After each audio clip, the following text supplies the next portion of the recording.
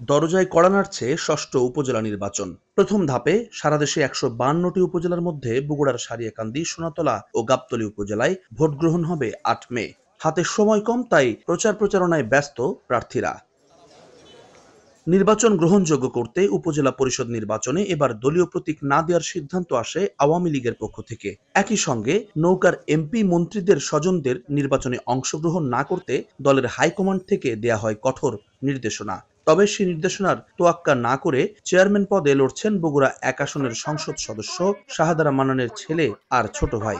সারিয়াকান্দিতে MP পুত্র সাখাওয়াত হোসেন সজল আর সোনাতলায় এমপির ভাই ও পরিষদের সদ্য সাবেক চেয়ারম্যান মিনহাদুজ্জামান লিটন।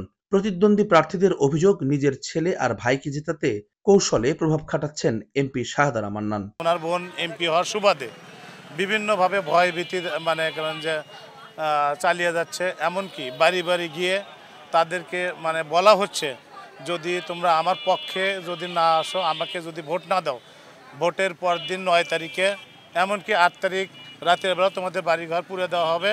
এমপি নিজেই বলতেছে যে ডেকে নিয়ে অন্তর ঘরের মধ্যে নিয়ে বা তার বাসাতে নিয়ে অন্তর বলতেছে যে তোমরা ভেবে দেখো, আমি ৫ বছর করলে এমপি আছি, তোমরা কি করবা, যদি আমার সাথে থাকো ভালো, আর আমার সাথে যদি না থাকো তাহলে তোমাদের প্রতি আচরণ আমার এইরকমই হবে। ১, ২, ৩ ঢাকায় জমি জিতে নিন ১০০% ক্যাশব্যাক সহ ২০ কোটি টাকার পুরস্কার।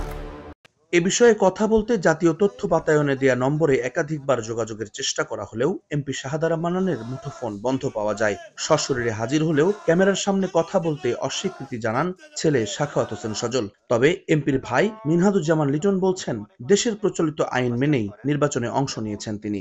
Being a candidate, the citizen of Bangladesh, সেখানে কোনো ইম্বার্গো নাই, কে কার আত্মীয় কে কার আত্মীয় না। ইভেন নির্বাচন কমিশন কিন্তু স্পষ্ট বলেছেন কে কার আত্মীয় সেটা আমাদের দেখার বিষয় না। আমার যেটা মনে হয় যে নির্বাচন কমিশনকে সরকারের দায়িত্ব সহযোগিতা করা। দলের কেন্দ্রীয় সিদ্ধান্ত মেনে এমপির ছেলে ও ভাইকে প্রার্থিতা প্রত্যাহার করতে বলা হলেও তা মানেননি বলে জানালেন জেলা আওয়ামী লীগের নেতারা। আমরা যথার্থভাবেই তাদেরকে অনুরোধ করেছি যাতে তারা নির্বাচন থেকে সরে যায়। আমরা চেষ্টা করছি যে তারা নির্বাচনে যেন না আসে। সারিয়াকান্দিতে ৫ জন, সোনাতলায় ২ জন ও গাবতলী উপজেলায় চেয়ারম্যান পদে লড়ছেন ৪ জন প্রার্থী। জুম্মান সাদিক, জ্যাভলিন, সময় সংবাদ, বগুড়া।